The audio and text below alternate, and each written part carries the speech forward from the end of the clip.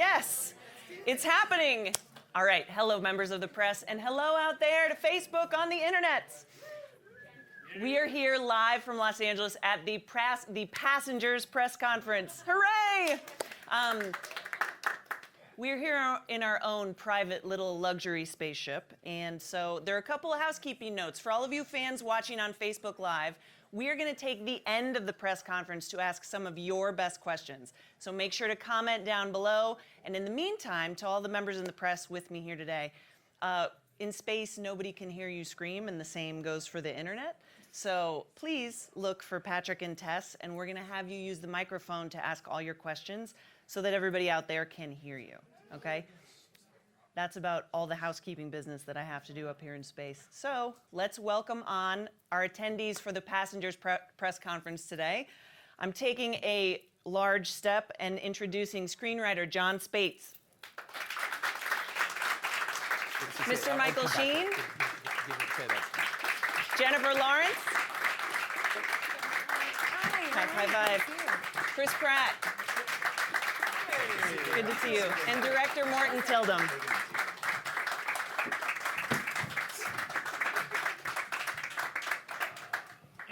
Cell phones. Cell phones, live on the internet. Make sure to be as wildly inappropriate as possible. Dear God. That is not a directive that anyone told me to say, but now it's said, everybody. So I want to get started by talking about how this is a very unique project in several ways, but Jon and Morten specifically.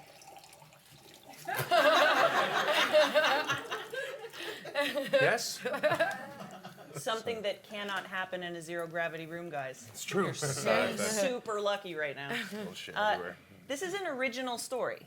And even though it's set against a huge backdrop of space and it has beautiful effects, this is a story about people. So, Jon, let's kick it off. Can you talk about your inspiration for starting this story? Sure. I was fascinated by the notion of the vastness of space and the fact that it can produce a solitary experience vaster than anything that we can experience in our lives. And just the metaphorical value of that, of how alone we are traveling between the stars, caught my attention. And somebody asked me once, like, who is the most lonely person in the history of the human race? And it's probably one of the moon astronauts. Like the person who's been farthest from the nearest human being in human history was Michael Collins, the astronaut in the command capsule orbiting the moon when the other two guys got to land. And when he's on the far side of the moon from those guys, he's farther from the nearest human being than any other person's ever been. And I thought, all right, what if you take that distance and magnify it by many orders of magnitude? And so I fell in love with the notion of a man stranded alone between the stars and where that story would take him. Did you listen to a lot of lonely themed songs to write this? Actually, the beautiful thing is I listened to a lot of Thomas Newman scores to write this, no lie. And he was my go-to mood music for writing the film and ended up scoring the film, which was a dream come true. Morten, how did this isolation with intimacy affect your direction of this film? I mean, what happens is that as a director, you're trying to find, what's important for you in a story and what you find is the core. And to me, this movie is actually about what we fundamentally need to live a fulfilled life. What is it that we as humans need? That's the interesting thing to explore. That if you take the loneliness, but to me, they're also trapped in time.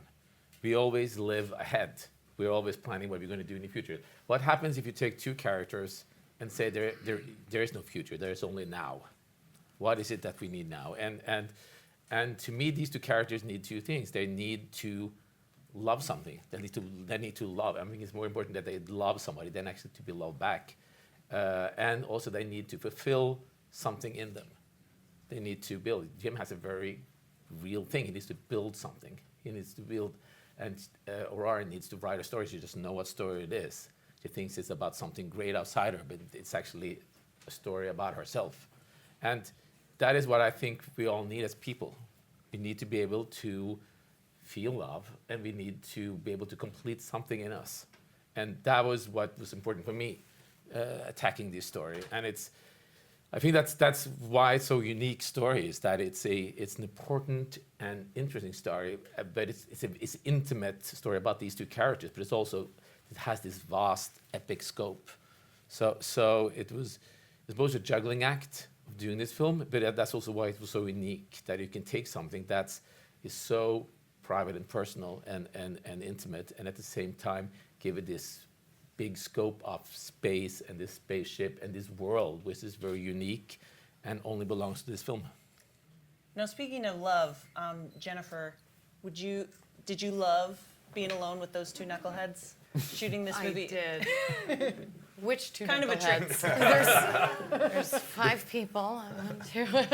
I had a blast. I mean, it's really rare that you get to be so intimate with filmmaking. It's normally an ensemble. I've never worked with so few actors before. So, and it is such a human story. So there was so much interesting conversation with Morten, with Jon. It's such an original story. So we could just keep diving in. And I've always wanted to work with both of these, whatever their names are. So I was very excited to be stuck in space in Atlanta with them. Michael, can you talk about the physical requirements of being Arthur in a whole rig? Yeah. Your character has no legs. That's right. I had my legs Spell it out. amputated 6 months before we started, just to try it out. No, I had to walk around. I was so excited on my first day to walk onto the set to meet Jen and Chris. Not you. And I thought I'm gonna look fairly spiffy as I walk on in my costume.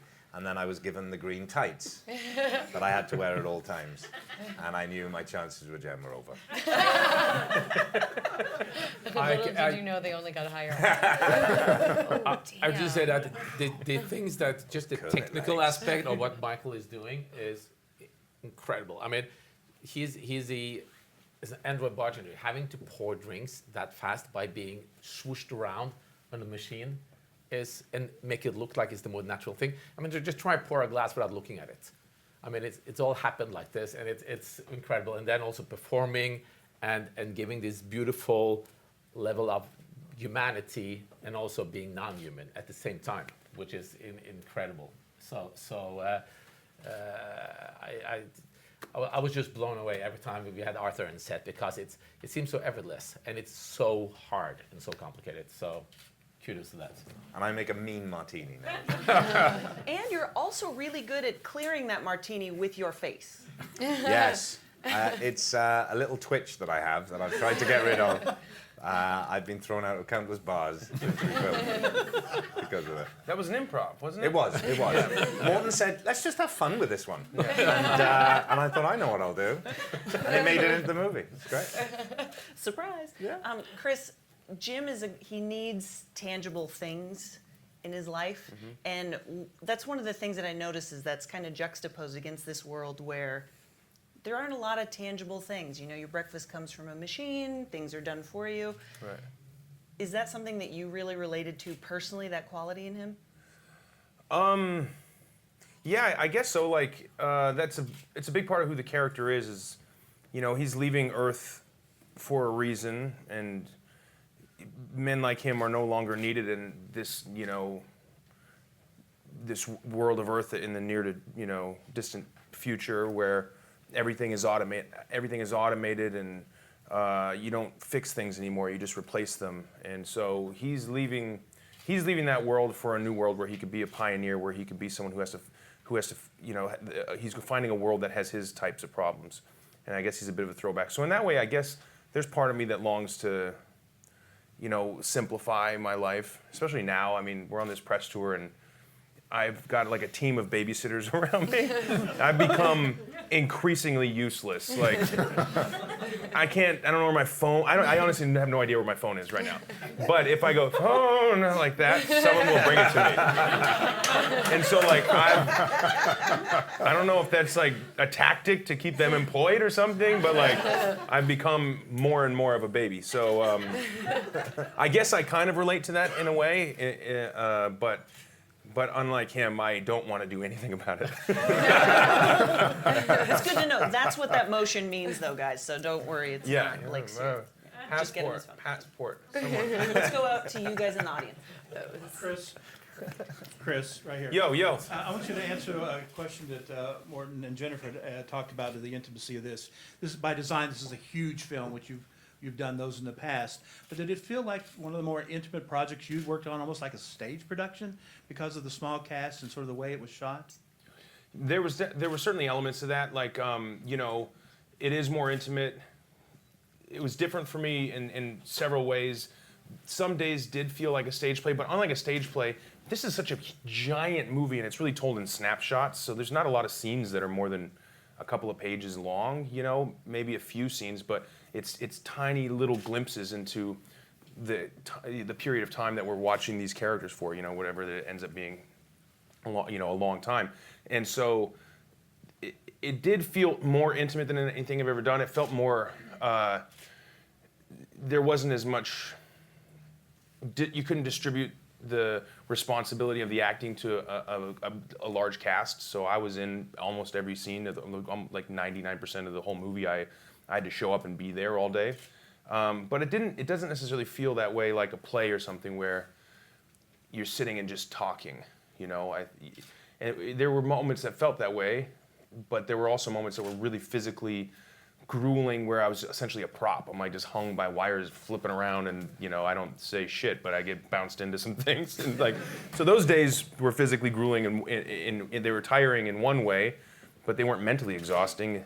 There was no, I just had to be a prop. And then there were other days that were mentally exhausting. So it was like a nice balance of those things, and certainly different than anything I've ever done before, and more intimate, and not only in the storytelling portion, but just the process of filmmaking. It's like, it would be just Jen and I, or Jen and I and Michael. And that's who we had.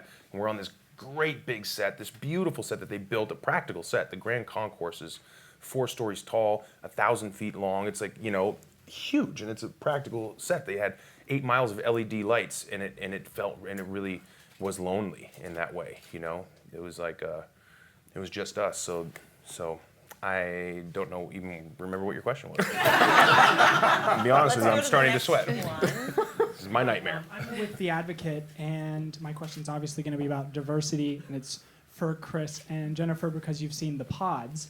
So obviously the purpose of the Homestead program is to colonize new planets, so the ideal homesteader would be young, straight, and healthy. Do you think the passenger list of the other people in the pods would be diverse and include LGBT people, as well as older adults who may or may not be able to have offspring and colonize the planet? Well, hopefully we're well into the future where none of these things are even a conversation anymore, where they've gone from issues to conversation to hopefully forgotten about, and everybody's treated equally. So I would, yes, of course I would assume that there's diversity. The point of the colonization of these planets is not necessarily to branch out because we're seeking to survive. Earth is still the cradle of civilization. It's not a post-apocalyptic movie, so I don't think there's a scenario where you have a ship full of people where they're like, please send our most viable humans off. It was like, can you afford the ticket? Then you can go. So I bet you especially that far into advance in the future, there's probably some people who were several hundred years old, if you imagine, they got a bunch of money, there's great technology in medicine, they can keep replacing parts, maybe they're 300, 400 years old, and they got a ton of money, they're like some oligarch from Russia or something, they're probably on there, and there's all kinds of people. Now, Jim finds himself in what's called a desirable trade, and so his ticket is purchased by the Homestead Company. So in that regard, I think anyone who's valuable to the Homestead Company would be and who'd be worth money to the Homestead Company would go. So that would include all people from the whole spectrum. Anyone who could essentially provide a service that's an old world service. If you can, if you're a member of the LGBTQ community, but and you're really good at plumbing, then they'll send you, I'm sure. And then every plumbing job you get, you're gonna have to give some money back to the Homestead Company. Just a shout out to Facebook Live. Make sure that you ask us your questions down in the comments. We're going to take those questions at the end of the press conference. And in the meantime, who has the microphone for our next question? For Jen and Chris, this is just a simple question. Why are you the cutest things on the planet? And why did it take Hollywood so long to bring you two together? Oh. How long do I have They to answer said no this? to us for a while. I tried to get him. First of all, you're adorable. Thank you. That is very nice. Thank you. I've tried to work with Chris before, and it just didn't work out. So this was. I was like, meh. That basically sums it up. We were waiting for the perfect project, Yeah. and then we found it. And in the meantime, Press, quote him on that. Meh. Meh. No, don't you dare. Just kidding, Press. Don't do Okay. that. Who's next with the microphone out there? Well, you said you were looking for the perfect project. What exactly, specifically in the script, made you want to play your parts? It's for Jen and Chris. It was the most original story I can remember even experiencing in a really long time, not just reading or filming myself. It was the most fun I've ever had reading a script. It was just a total page turner. I loved the story. And, you know, when you're reading the script, you don't have all the special effects. You don't have this amazing ship. You don't have all of the other elements that came together to make this movie so impressive. All you had was this very human story between these two people. So I fell in love immediately with it. And then, you know, and Chris was already attached, so I couldn't have said yes fast enough. For me, it was the script as well, and you know, Jon just painted an amazing picture with this story. It's original. I'd done some press for the last couple movies I did, and I know that a lot of times from the press corps I'd hear these questions like, why don't we see original movies anymore? Because I would be like promoting something that was maybe a remake or promoting something that fell under the umbrella of like a larger franchise or something like that. And I heard that question and I was like, I didn't necessarily have a great answer to why that doesn't happen. So when I heard or when I read this script and realized it was just so original and that it is a piece of intellectual property that's not based on a previous title or, you know, doesn't have reach because it's like the fucking Q*bert remake, whatever, you know. It was like, wow, that's really refreshing. I know that people are really hungry for this kind of a thing. They want something original. So the script was just so fabulous. And I was told, when I read it, I was told to imagine Jen Lawrence in the lead role. And I was like, damn, okay. So I read it, and I'm picturing Jennifer, and then at the end, the first thing, I read the whole thing, and then I called my manager. I was like, this is amazing, but is it, I mean, how possible is it that it could be Jen? And if it wasn't Jen, who could it possibly be? And there was no one else that got me excited. And so when she agreed to do it, it was like, oh my God, you know, I can't believe that it's going to happen. And then Morten, being the director he is, and I was a huge fan of his, and you know, it just and you know, with Michael jumping on board, it's just like we kept getting dealt these amazing cards, and you know, I think it's rare. It's really rare to have projects like this that just come together and are perfect projects. I almost consider an extra cast member to be the Avalon itself. It's so vivid and it's so stunning. And you've already said how many LED lights were used on the set. How Yeah. many miles? 8 miles. 8 miles. That's It's amazing. Oh my God, it's the It's an M&M M&M movie, number. so it's easy to remember. Yeah. No, I mean, we built Slim Shady stole them. the sets were big because I didn't want it to be a green. I mean, this is a performance piece. I wanted them to feel. I wanted them to be able to act, and it's hard if you put an actor in front of a green screen, and they have to imagine everything. I mean, acting is responding and reacting to things. So we wanted to build as much as possible. So we had these huge sets, which, you know, scared the studios. Like, why can't you just do it as effects? But we wanted really to build this and make this unique ship. And I have to do a shout out to our production designer, Guy Diaz, who is absolutely brilliant.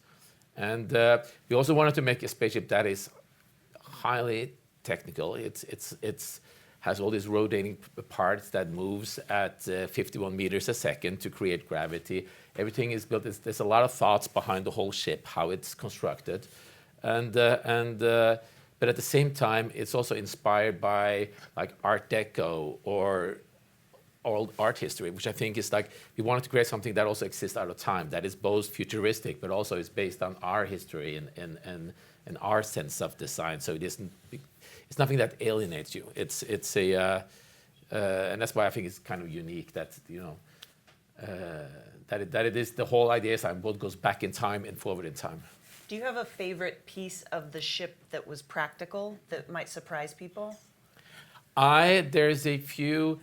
I want people to look at the carpet in the bar that Michael is. And whoever can see what movie is that carpet from. There's a direct quotation. He will give you $10 million. Yeah. There's a very specific from one of my favorite directors in his movie. So I quoted a very famous shot in his where a carpet is used. So I took the same. I wanted the designer to say, I want that carpet, but do the opposite colors, like invert the colors, and then create that carpet. We can only assume that it is from 8 Mile and the carpet. It's whoever can find that out. It's Clearly. Yeah. Babe Pig in I the think City. that's $50 million. One of my favorite All right. movies of all time. Next with the microphone. Yes. please. Babe Pig in the City. Hi, everybody. Chris, I'm not- love your name. I'm doesn't Chris wanna from say that? Syndicate. Hi. This bud. question's for Jen and Chris, everybody actually. If you could get lost in space with any famous person, who would it be and why?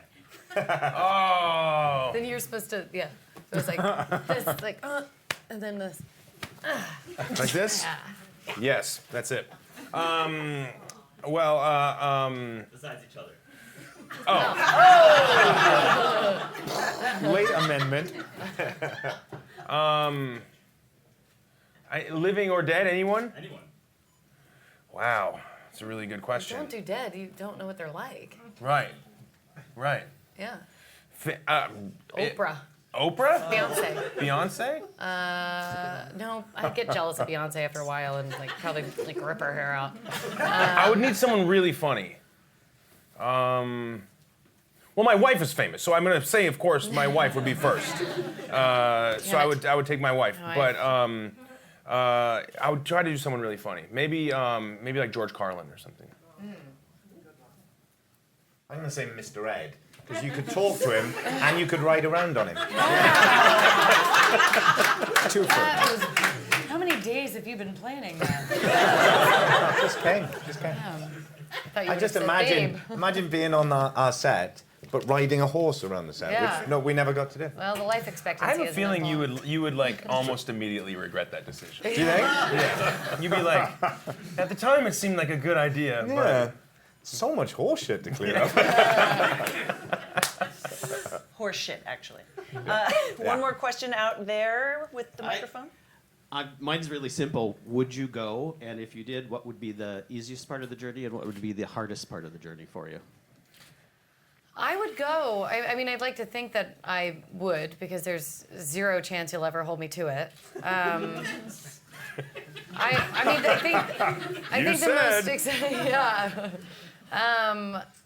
I mean, the amazing part would obviously be the adventure, the life-changing adventure. And then the negative part would obviously be by the time you land, everyone you've ever known or loved is dead. Yeah. I tend to think that I think I would go. There's something in all of us, I think, this innate desire to be explorers and to just turn over every rock and just see what's out there. And if I found myself in their position to where, it's in the future and we're on Earth, and I think I could see myself going. I could see myself, maybe not now because it's untested, and I don't want to be like the guinea pig who dies 300 feet into space. And they're like, well, we got that wrong. But if this was tested and tried and true, and they knew it was working, I think I could see myself doing it. It'd be kind of cool to go to a planet that had not been touched by people yet. very cool. When I was a kid and in school, in the summer holidays, when my mum and dad used to go to work, I would sleep later and later every day until I would hear the car door slamming outside with them coming back from work, and I would get out of bed and go, I've been doing stuff all day. And one time they went away for the weekend, and I missed an entire day. I slept through an entire day. And if I was so shocked by it that I think if it was like 90 years of sleeping, that would have freaked me out. So just by missing one day, it scared me. So I don't think I would want to do that. But I really don't think that's normal. I think you need to slow your roll. Oh, and riding Mr. Ed around the set is just normal? Yeah. I think you're going through something, and we should take your microphone off. Okay. This was a long time ago. God, a whole day. A whole day. Wow. Whole day. I did that too one time, but it's not an appropriate story. Which makes it a totally appropriate story because #internet. Speaking of which, these are the Rotten Tomatoes fans' questions that I hold in my hot little hands. And Aaron Patrick, John, I want to direct this one to you. What's the one scene that you hope audiences will love most? No spoilers. There is a wonderful and terrible scene in the middle of the movie where the relationship between Jim and Aurora suddenly changes. And I think it is the most amazing and punishing and brilliant thing in the movie. And I hope people see it like I see it. Do you just watch that on screen and go like, yeah, I wrote the hell out of that? No, I'm delighted to report that when I watch that scene on screen, I forget I'm looking at a movie. And I'm just living in that moment with those characters and feeling the feelings. Like that scene makes me forget myself. It's a lot of feelings. Lowell Reynolds wants to know, if you could bring 5 things in space with you, what would they be? Let's start with you. Oh my God. In space, Yeah. I would have a spaceship. Smart. A Thing one. spacesuit. Yep. Yeah. Down to 3. Down to 3. It's if you're going to be lots of food and What can't lots you? of movies. Oh, nice. Name one movie that you would have to bring with you, or else you would feel like an incomplete person. No pressure. No pressure. I mean, I would bring a catalog of Kubrick movies. Cheater. I know. What about you, Chris? What's something that you really can't live without if you decided to go to space after it was well tested and you were not going to blow up 300 feet into space? Toothbrush. Smart. Dental hygiene. Yeah. Well done. Probably some sort of med kit. Okay. You know, with like various ointments. I got ointment into the interview.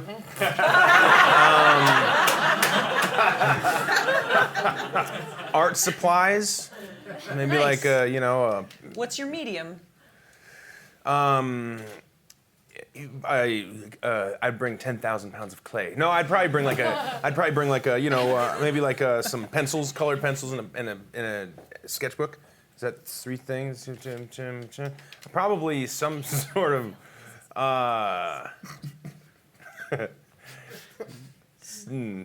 The 4th thing I'm not going to tell you, and then the 5th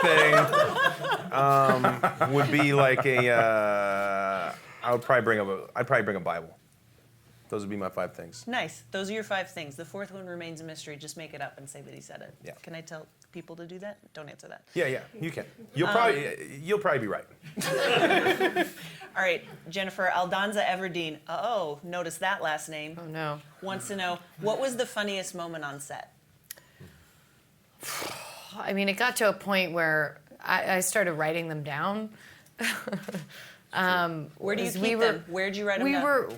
We were having like our goodbye gifts, you know, like when you wrap up, and so I couldn't think of anything to buy him, so I just wrote down some of our inside jokes and was like, "Here, Chris." Yeah, it was a really nice gift. That's super cheap of you. No, but we would.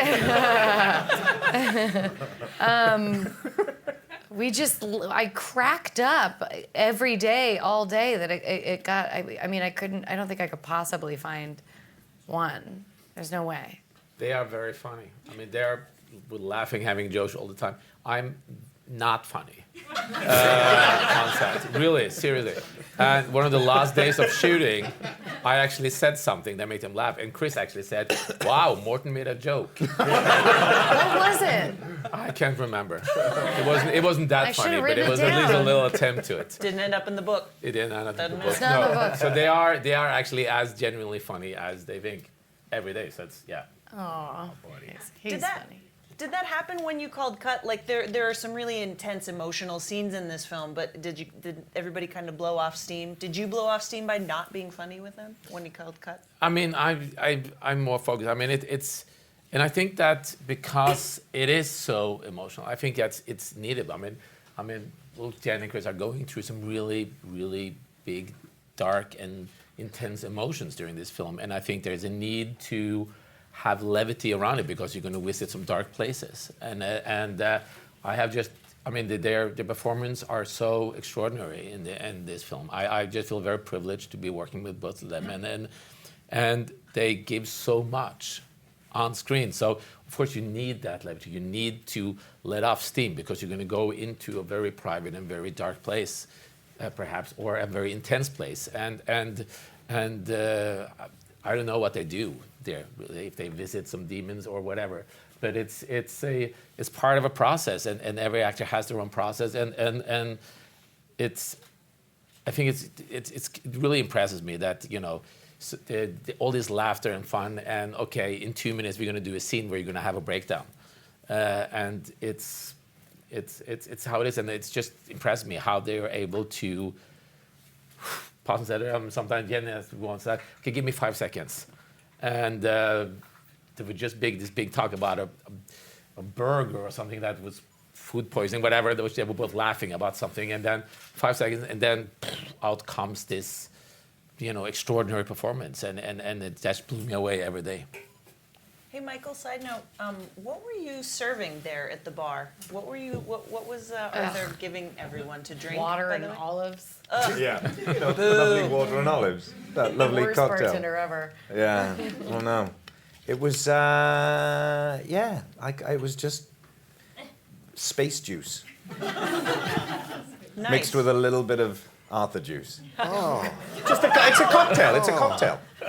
Sounds both delicious, terrifying. He has a little and nozzle Quasi-legal. and a little special dispenser. That's where the nozzle is? Yeah. And if everybody in the room will join us after the press conference for some serving of the space juice. Yeah. Exactly.